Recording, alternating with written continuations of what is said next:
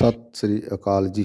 ਮੈਂ ਹਰਵਿੰਦਰ ਸਿੰਘ ਗਿੱਲ ਤੇ ਤੁਸੀਂ ਜੁੜ ਚੁੱਕੇ ਹੋ ਨਿਊਜ਼ 311 ਦੇ ਨਾਲ। ਅੱਜ ਸਾਡੀ ਟੀਮ ਸਰਸਾ ਜ਼ਿਲ੍ਹੇ ਦੇ ਪਿੰਡ ਜਗਮਾਲਾ ਵਾਲੀ ਵਿਖੇ ਪਹੁੰਚੀ ਹੋਈ ਹੈ, ਜਿੱਥੇ ਅੱਜ ਪਸ਼ੂਆਂ ਦਾ ਦੂਸਰਾ ਮੇਲਾ ਲੱਗਿਆ ਹੋਇਆ।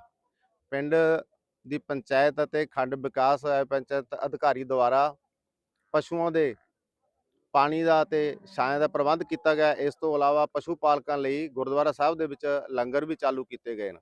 ਆਓ ਤੁਹਾਨੂੰ ਦਿਖਾਉਣੇ ਆ ਮੇਲੇ ਦੀਆਂ ਝਲਕੀਆਂ, ਜੁੜੇ ਰਹੋ ਸਾਡੇ ਨਾਲ।